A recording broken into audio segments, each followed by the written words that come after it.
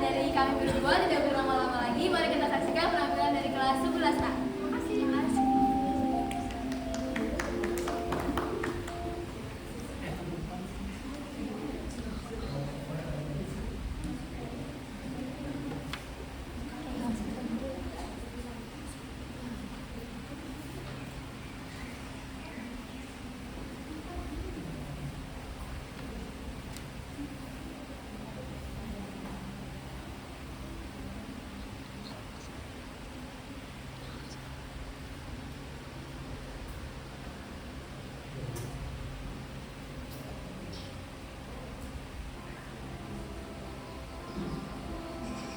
Di Magelang pada tahun 1942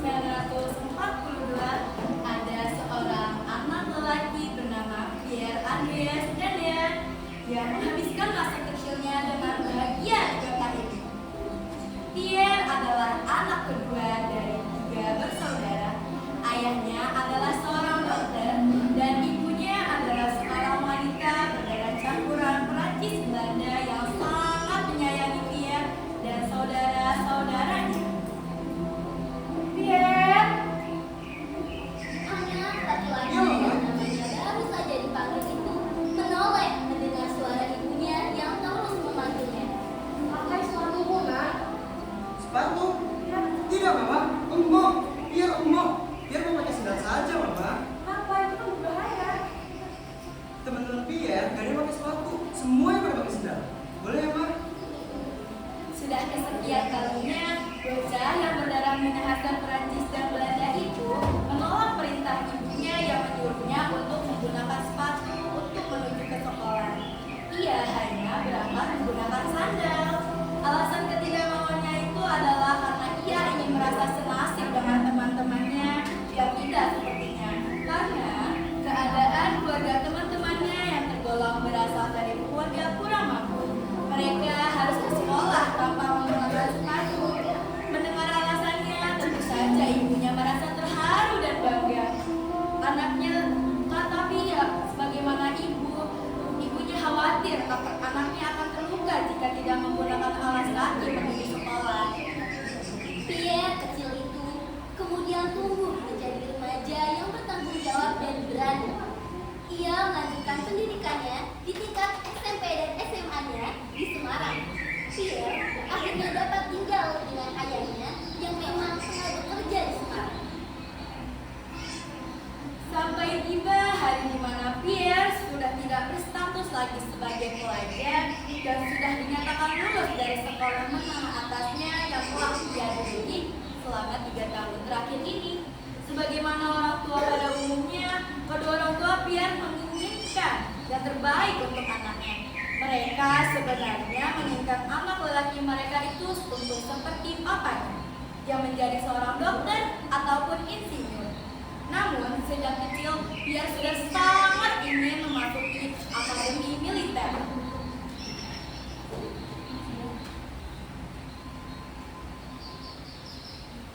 Ini Pak, kopinya. Oh iya, makasih Ma. Oh iya Ma, anak kita Pierre sudah tunggu SMA, tapi Papa masih bingung dia ingin lanjut kemana. Gimana ya Ma? Sontak Pierre pun keluar dan mendekat karena mendengar pembicaraan dari kedua orang tuanya. Ma, karena Pierre sudah lulus SMA, Pierre sangat ingin menjadi abdi negara dan melanjutkan pendidikan Pierre di Akademi Militer Nasional. Boleh ya, Ma? Gini Nak, untuk memasuki akademi militer, kamu perlu persiapan yang matang dan juga harus mengabdi pada negara Nak. Apakah kamu sanggup?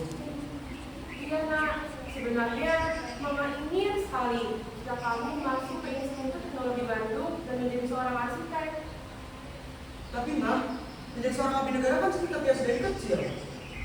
Nah, setidaknya kalau kau tidak menjadi arsitek, Papa ingin sekali kau mengikuti jejak Papa menjadi seorang dokter. Begini, nak. Mama tidak ingin kehilangan anak laki-laki Mama satu-satunya. Selain itu, Menteri TNI harus bisa mengorbankan jiwa dan harta kamu, nak. Pierre tahu apa yang melakukan itu, Ma. Tapi bukan karena negara ini sudah bebas dari penjajah. Hah? Tahu dari mana kamu? Intinya, Papa ingin memberikan dua pilihan, menjadi seorang dokter atau arsitek. Bukan karena seperti itu kenyataannya, Pak. Bahwasanya negara ini sudah merdeka dari tahun 1945. Sudahlah Pierre, kamu tuh bisa dikatakan mama dan papa, jangan membantah seperti itu. Sudahlah, untuk sekarang kamu bisa mengikuti tes di Universitas Indonesia. Kalau nggak keterima, kamu bisa ikut tes di ITB. Pierre pun mau tidak mau harus menuruti permintaan kedua orang tuanya. Beberapa saat kemudian, ia beranjak dari rumahnya untuk mengikuti tes masuk ke Universitas Indonesia dan Institut Teknologi Bandung. Akan tetapi, memang dari awal itu bukan kemauannya. Pierre pun menjalankan tes tersebut dengan berat hati. Soal tersebut dikerjakan asal oleh Pierre. Dan sehingga hasilnya tidak berkhianat pada niatnya. Benar saja, Pierre tidak lulus dari kedua tes tersebut. Padahal kedua orang tua Pierre pun bersedih hati akan hal itu. 1 tahun kemudian, tanpa kedua orang tuanya ketahui, Pierre diam-diam mengikuti seleksi pendidikan akademi militer. Tiba pada saat di mana pengumuman tes akademi militer. Sesuai dengan dugaannya, hasilnya menyatakan bahwa dirinya lolos dari pendidikan akademi tersebut. Ia bergegas membawa surat tersebut dalam perasaan gembira dan disertai dengan senyuman kecil yang mulai muncul tanpa sadar. Kakaknya yang sedari tadi memperhatikan gerak-gerik adiknya itu akhirnya memutuskan untuk menghampirinya. Kakak tahu kok, Pian, kok pasti bakal mau masuk pendidikan akademi militer ini. Dan sebenarnya kau juga masih hobi kok kalau masuk pendidikan akademi militer ini. Tapi Kak, kenapa kemarin Kakak selalu sangat larang untuk mengikuti tes pendidikan militer? Sebelumnya maafkan kakak ya, Pian. Hanya khawatir kepada papa dan mama jika kakak membela aku. Mungkin kakak akan mencoba berbicara ke papa dan mama ya. Baik, terima kasih banyak ya Kak. Akhirnya, Pierre pun mengiyakan tawaran sang kakak, sebab tentu saja ia ingin mendapat restu dari kedua orang tuanya. Dengan itu, kakak Pierre pun memberitahu kabar bahwa Pierre lolos dari seleksi akademi militer. Mendengar itu, kedua orang tua Pierre dengan terpaksa menyetujui anak lelaki satu-satunya itu untuk mengikuti pendidikan akademi militer, serta beranggapan bahwa lebih baik mereka merelakan anaknya untuk mengejar hal yang telah menjadi cita-citanya sedari kecil. Keesokannya, Pierre pamit kepada kedua orang tua serta kepada saudara kandungnya untuk menetap di asrama militer yang telah disediakan. Beberapa tahun setelahnya, tepat pada tahun 1965, pada saat itu ia sudah menjabat sebagai ajudan dari Jenderal Besar TNI, yaitu Abdul Haris Nasution. Kemudian ia ditugaskan ke kota Medan. Setelah beberapa waktu di akademi militer, Pierre menghadiri sebuah acara resmi yang diadakan oleh pemerintah setempat, yang dimana Pierre diundang sebagai perwira muda yang baru saja dipromosikan. Semua perbincangan menyenangkan, membuat semua orang di sana merasa sibuk dengan urusannya masing-masing. Pierre berbincang dengan beberapa temannya sambil melihat ke arah sekitar, hingga matanya menangkap seorang gadis manis yang tak ia kenali. Mata coklat indah gadis itu juga menangkap tatapan Pierre. Sebelum acara itu berakhir, teman-teman Pierre merasa Pierre dan grupnya ini harus saling mengenal. Mereka memergoki bahwa keduanya saling lirik-melirik sepanjang acara. Satri Wibowo dan Sutijona Hadi membujuk sang ajudan TNI ini untuk mengenal gadis tersebut. Setelah pertentangan antara hati dan pikirannya, Pierre pun akhirnya mau mendekat ke gadis yang menarik perhatiannya ini.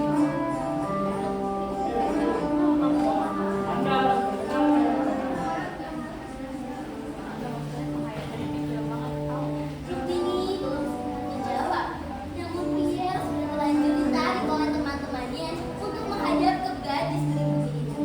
Rutini membaca label nama dari dada Pierre dan mulai mengetahui nama pria di hadapannya. Selamat sore, Dan. Saya dengar Anda baru saja dipromosikan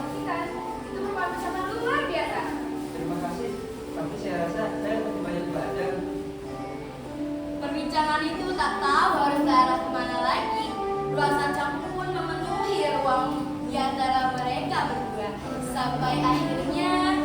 Saya dengar Anda lulus sekolah dasar ya? Iya, benar. Kebetulan aku ada di sini. Pembicaraan itu pun berakhir. Setidaknya mereka saling mengenal satu sama lain. Pertemuan itu hanya pertemuan yang sederhana, sampai akhirnya mereka terus semakin dekat. Bahkan dalam tugas sebagai ajudan TNI di pundak Pierre, tidak menghentikan kisah mereka berdua. Dalam bulan ke bulan, Pierre dan Gemini mulai menghabiskan waktu bersama. Meski Pierre sibuk dengan tugasnya, mereka sering berbincang-bincang tentang masa depan serta saling bertukar surat. Suatu hari, kepada Mitzi kakaknya, Kapten Pierre Tendean mengirim sepucuk surat. Pierre menceritakan tentang cintanya kepada kekasihnya Rubini, atau yang akrab disapa dengan Rubini. Di dalam surat itu, ia mengatakan bahwa ia telah menemukan jodohnya. Miss, aku wis ketemu jodohku yo, Miss. Wes yo, Miss. Cuma wae muga-muga kelakon. Membalas surat adiknya yang menyatakan bahwa ia telah mempunyai tambatan hati itu, Mitzi Clare menulis. Pierre, yang paling penting dalam orang berumah tangga adalah restu kepada orang tuanya. Pierre merasa sangat nyaman dengan Rubini, seorang wanita yang penuh perhatian dan tidak pernah menuntut apa-apa. Namun, ia juga tahu bahwa hidupnya sebagai seorang perwira militer penuh dengan tantangan dan pengorbanan. Miss, hidupku sebagai tentara itu sangat berat. Itu berarti aku dapat mengorbankan banyak hal, termasuk cinta kepadamu. Kau bisa mempertimbangkan antara tanggung jawab dan cinta. Kita hanya perlu saling mendukung. Kesulitan mereka tidak berhenti sampai di situ. Kepercayaan yang mereka berbeda itu membuatnya semakin sulit. Pierre seorang umat Kristiani dengan Rubini seorang Muslim yang taat. Namun, hal tersebut tidak menghentikan mereka. Sampai akhirnya, salah satu keputusan besar dari Pierre ia ambil. Ia memutuskan untuk menjadi seorang mualaf. Cinta mereka pun tumbuh. Tak pernah gugur ditikam waktu atau mati layu dibakar api. Sampai suatu hari, pertunangan dua insan yang sangat berbeda ini akhirnya terjadi. Hari itu sangat penting bagi mereka berdua. Langit tampak seorang mendekati. Saatnya jam ke-6 dimulai. Namun tidak terlihat menyilaukan. Angin bertiup It's kuat, time to begin the membawa sixth aroma lesson. yang bermekaran di kamar tempat mereka beribadah. Para tamu terseduhar melihat bagaimana tangan mereka saling berpamur saat telah beribadah dan berpelatihan yang baru.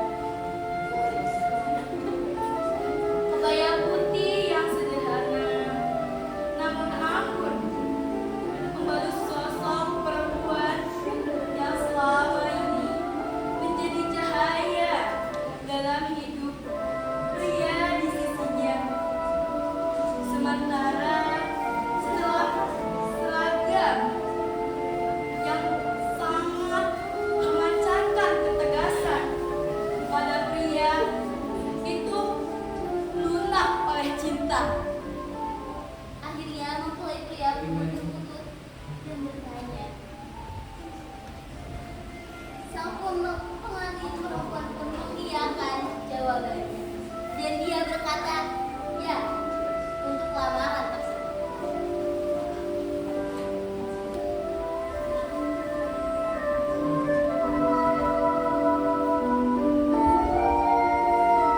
Semua orang terlihat bahagia dengan suasana yang berada di sini.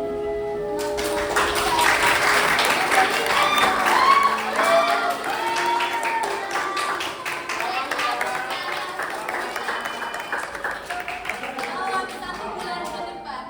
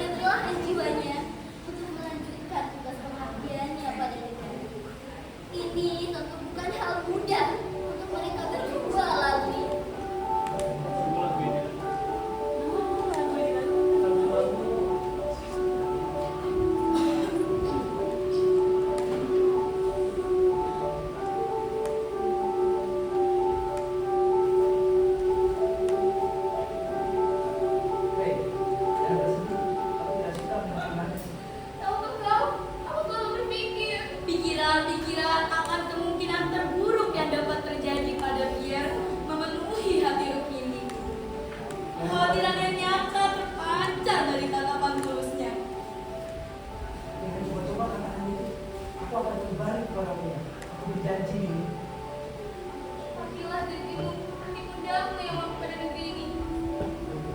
Bukan demikian. Nanti di jalan ya. Hari-hari Rukmini dipenuhi dengan perasaan abu-abu khawatir yang rapuh. Rukmini mendapat sebuah surat. Kegaduhan yang terjadi di mana-mana.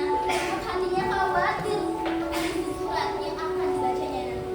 Akan tetapi, ia tetap harus membuka surat tersebut.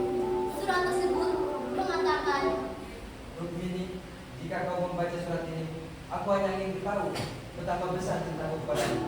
Aku tahu hidupku sebagai tentara penuh dengan risiko. Tapi aku berharap suatu hari nanti kita bisa bersama membangun masa depan. Namun, jika takdir memisahkan kita, ketahuilah bahwa cintaku selalu ada untukmu. Doa tak lelah Rukmini lantunkan untuk sang ajudan. Malam itu berkabung dengan penuh ketakutan yang melanda setiap sudut kota. sementara itu ada suatu sore hari yang cerah. Dia tendan dengan senyuman lebar berjalan dan menuntut di samping Adi Nirma yang mengayuh sepedanya dengan tegap. Matahari sore memancarkan cahaya keemasan, membuat bayangan mereka memanjang di sepanjang jalan. Oh iya, ada mau ikut gak sama Om? Mana? Semarang, Mau ngapain? kan mau pirang tahun. Berarti hari ini ada dapat hadiah dong. Oh iya dong. Tapi kok hari ini ada belum dapat hadiah dari Om? Oh iya, Om Fir hampir lupa. Ini. Ah, makasih Om. Iya. Keesokannya, terik matahari yang menembus tirai kamar itu berhasil membangunkan sang kapten dari tidurnya pagi ini. Sebelum sampai ke kamar mandi, matanya sempat melirik ke arah kalender yang menempel di sudut sisi ruang kamarnya. Ia menghembuskan nafasnya pelan. Besok tepat hari ulang tahun ibunya. Tetapi sayang, ia tak dapat pergi ke tempat ibunya karena tugasnya di sini. Hari pernikahannya pun hanya tinggal 1 bulan lagi. Tetapi pekerjaannya menuntutnya untuk menunda yang lain. Kericuhan saat ini benar-benar semakin parah pikirnya. Malam hari itu gelap, sangat menakutkan. Berbeda dari malam-malam berikutnya.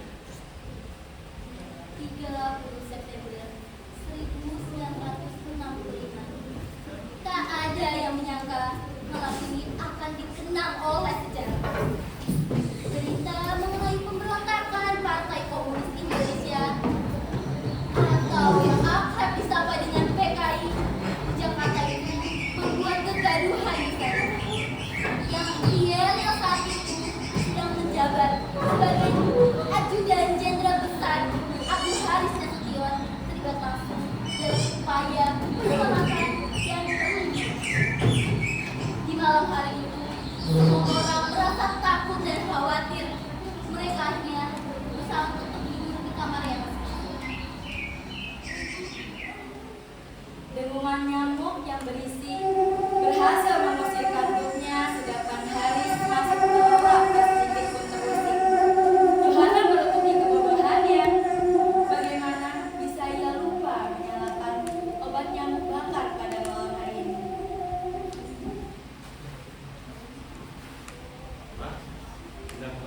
Saya udah mencari obat nyamuk, Pak.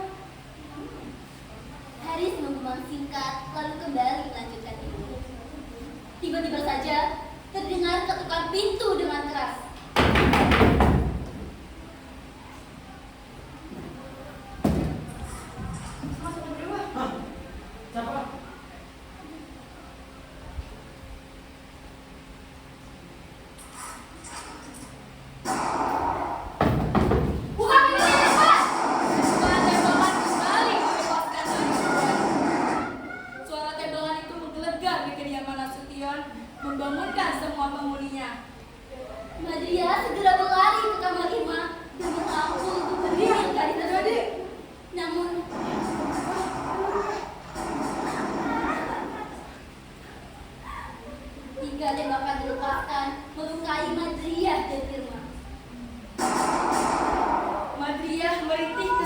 mengerikan.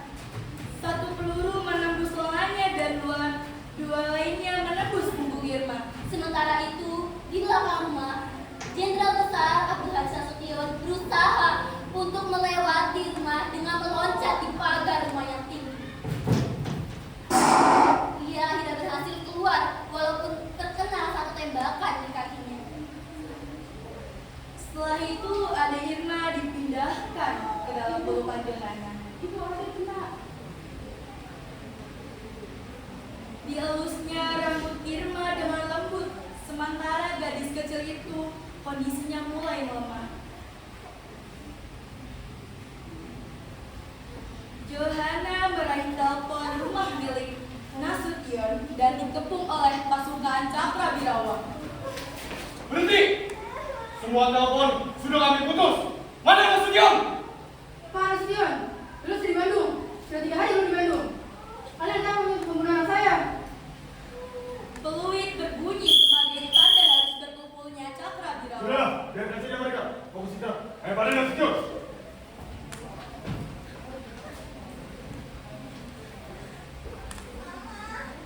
Dia masih hidup. Dia masih kuat. Dia hidup terus.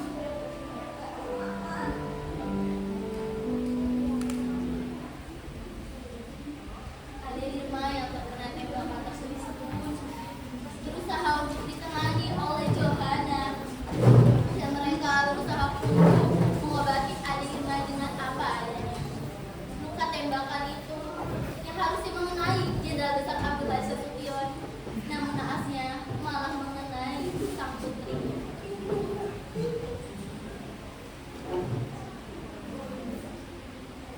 Di bagian lain rumah Pierre, dengan cepat tangannya meraih senapan gerel miliknya dan mengisi amunisi.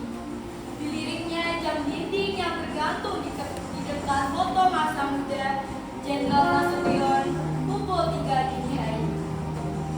Ia keluar dari pintu dan segera melangkah hati-hati. Suara tangisan adik Irma menjadi penontonnya nyaman.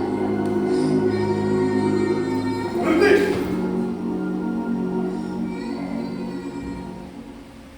Pasukan Cakrawirawa, umamnya dalam hati. Untuk apa pasukan Cakrawirawa datang ke kediaman Nasution? Bukankah tugas mereka adalah menjaga presiden? Apakah ini ulah untung? Pierre menangkap orang berpakaian tentara di depannya, menyusuri label namanya pada seragamnya. Turunkan telinga kamu. Atau kami tembak kepalamu.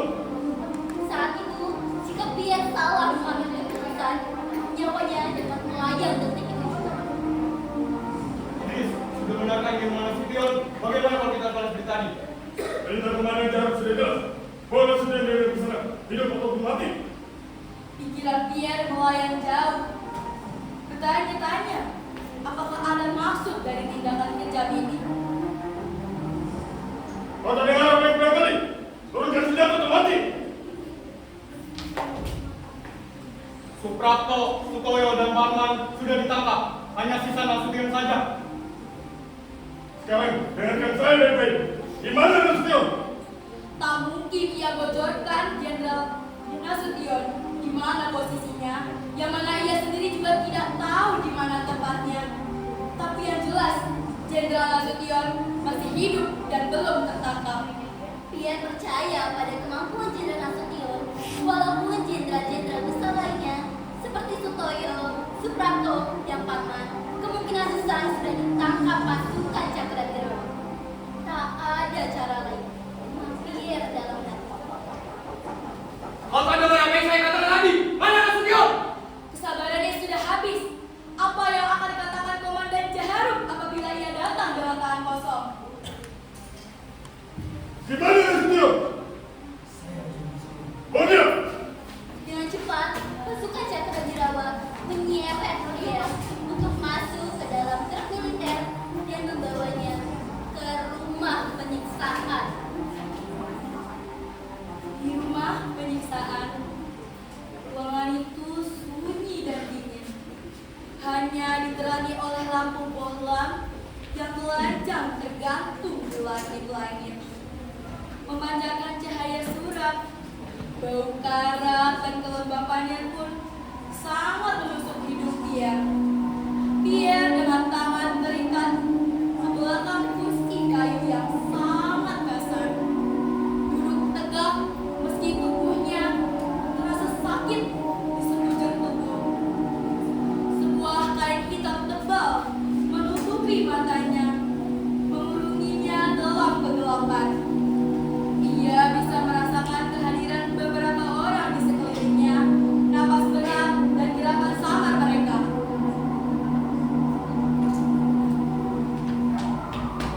Komandan, izin.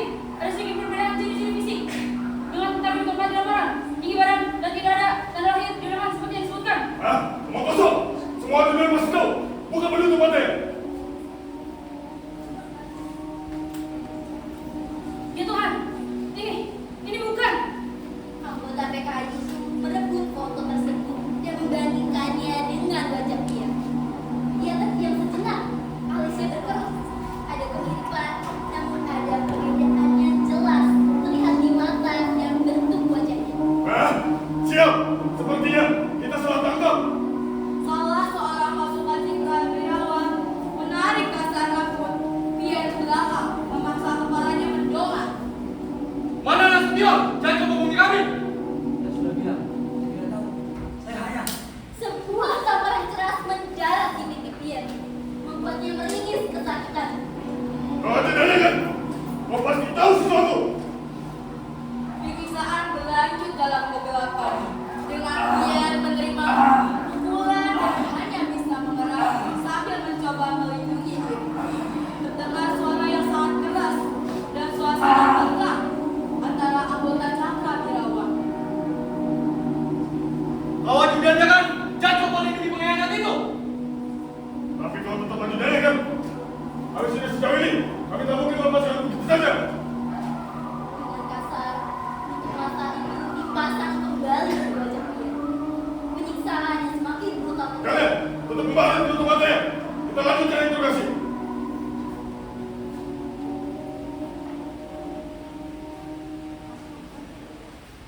Penyiksaan yang semakin brutal dilakukan oleh para penyiksaan tersebut. Dengan pukulan dan tendangan menghantam tubuhnya, napas Pierre tersengal-sengal hingga akhirnya tubuhnya terkulai lepas di atas lantai. Komandan, ini kesalahan. Kita bisa mendapatkan masalah. Hah? Kalian, bersihkan semuanya. Kesalahan ini jangan sampai bocor. Mereka mulai bergerak cepat, mencoba menghilangkan bukti dari tindakan keji mereka. Pierre yang tidak bersalah menjadi korban kesalahan identifikasi, meninggal dalam penyiksaan yang brutal. Sementara kebenaran tentang kesalahan itu bergugur bersamanya di ruang penyiksaan yang sangat dingin dan gelap. Pierre Andreas Tendean, perwira pertama Korps di TNI Angkatan Darat, putra laki-laki satu-satunya dari keluarga Rafael Tendean, disiksa bersama dengan 7 perwira tinggi TNI Angkatan Darat, yaitu Jenderal Ahmad Yani, Letjen Suprapto, Mejen Parman, Mejen MT Haryono, Mejen Didi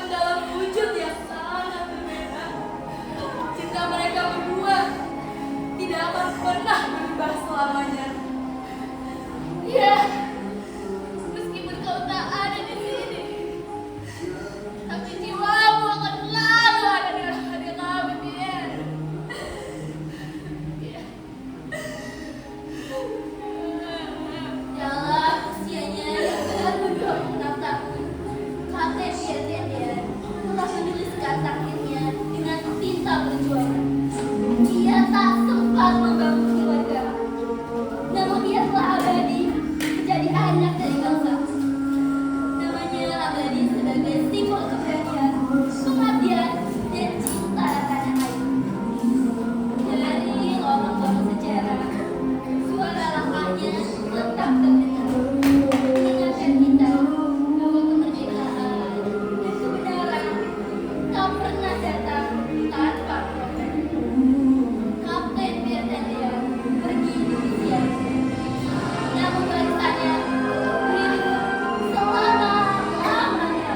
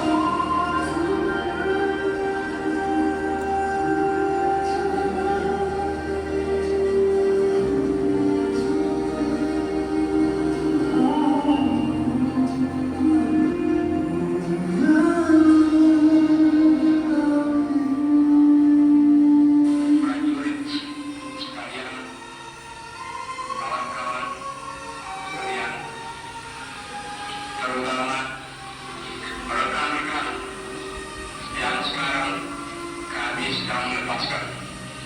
Bismillahirrahmanirrahim. Hari ini hari angkatan bersenjata kita.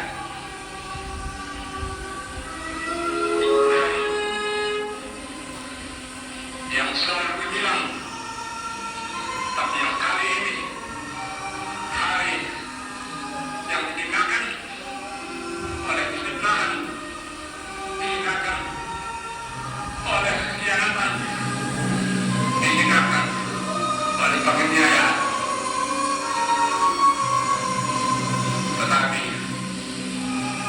hari angkatan bersenjata kita setiap prajurit tetap rayakan dalam hati saudara kita dengan tekad kita, dengan nama Allah yang Maha Kuasa, bahwa kita akan tetap menegakkan kejujuran, kebenaran, keadilan.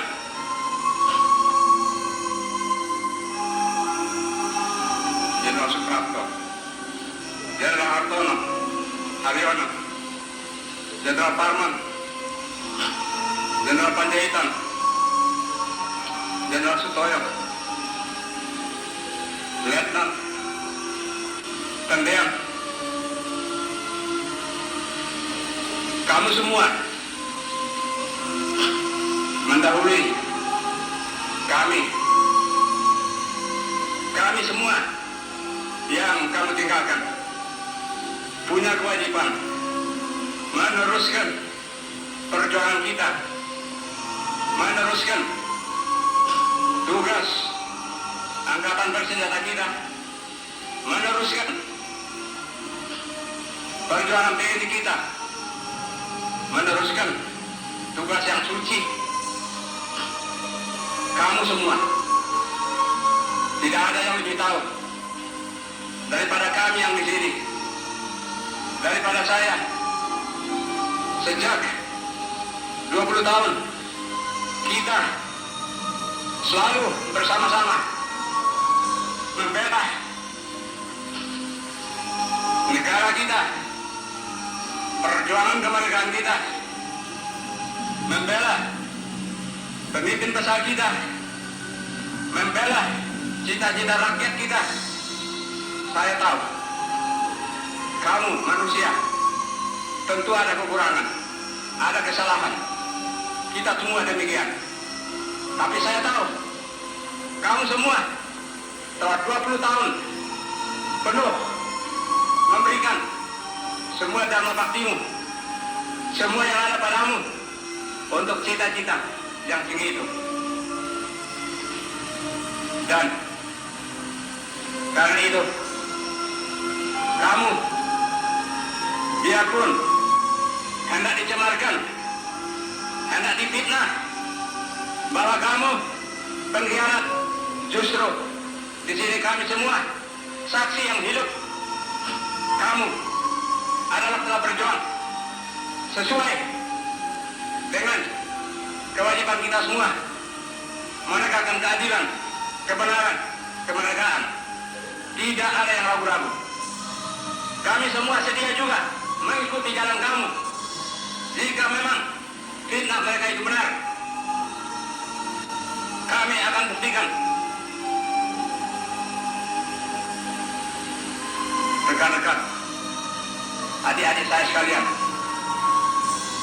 saya sekarang sebagai yang tertua dalam TNI yang tinggal bersama lainnya akan meneruskan perjuangan kamu, membela kehormatan kamu. Menghadaplah sebagai pahlawan, pahlawan dalam hati kami seluruh TNI. Sebagai pahlawan menghadaplah kepada asal mula kita yang menciptakan kita, Allah Subhanahu wa Ta'ala. Karena akhirnya dialah panglima kita yang paling tertinggi. Dialah yang menentukan segala sesuatu juga atas diri kita semua. Tetapi dengan keimanan ini juga kami semua yakin bahwa yang benar akan tetap menang dan yang tidak benar akan tetap hancur. Fitnah, fitnah berkali-kali. Fitnah lebih jahat dari pembunuhan. Fitnah lebih jahat dari pembunuhan. Kita semua difitnah dan saudara-saudara telah dibunuh. Kita diperlakukan demikian. Tapi jangan kita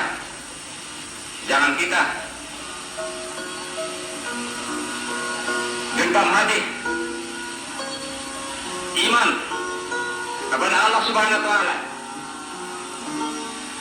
Iman kepadanya meneguhkan kita, karena Dia perintahkan kita semua berkewajiban untuk menegakkan keadilan dan kebenaran.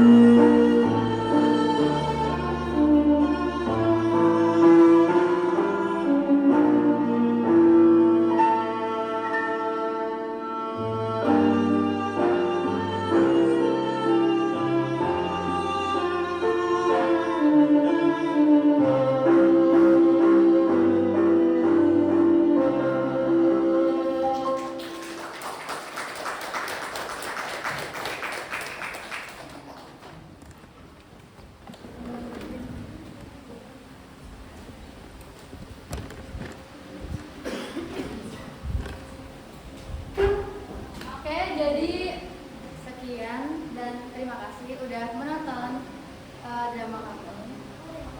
Ya. Nah, seperti yang udah teman-teman lihat tadi, jadi sebenarnya kisah Pierre Tendian ini tuh yang sebenarnya diincar sama PKI itu bukan di Pierre Tendiannya, tapi Jenderal Abdul Haris Nasutionnya. Tapi teman-teman kira-kira ada yang nangkep nggak dari yang tadi ini? Kira-kira kenapa sih yang ditangkap justru Pierre bukan Nasution? Bahkan setelah kematian 7 jenderal ini, Pak Nasution masih bisa berpidato. Ada yang iya deh. Soalnya Pierre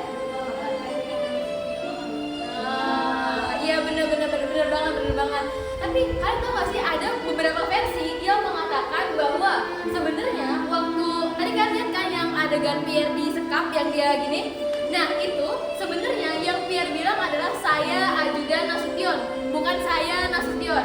Jadi ada yang bilang bahwa kesalahan dari penangkapan Pierre ini itu karena kesalahan dari identifikasi. Makanya waktu pas PKI-nya dapat, mereka bilang, Tuhan kita ada kesalahan dari bentuk muka, segi visi seperti itu. Jadi mungkin pada saat itu karena dulu Indonesia belum punya listrik, masih gelap, terus akhirnya ada salah identifikasi dan waktu itu Pierre ngomongnya pelan. Kayak mungkin kalau misalnya kalian lihat di film G30 SPKI-nya langsung, itu juga begitu sama. Jadi untuk bukti nyatanya ada jenazahnya almarhum Pierre.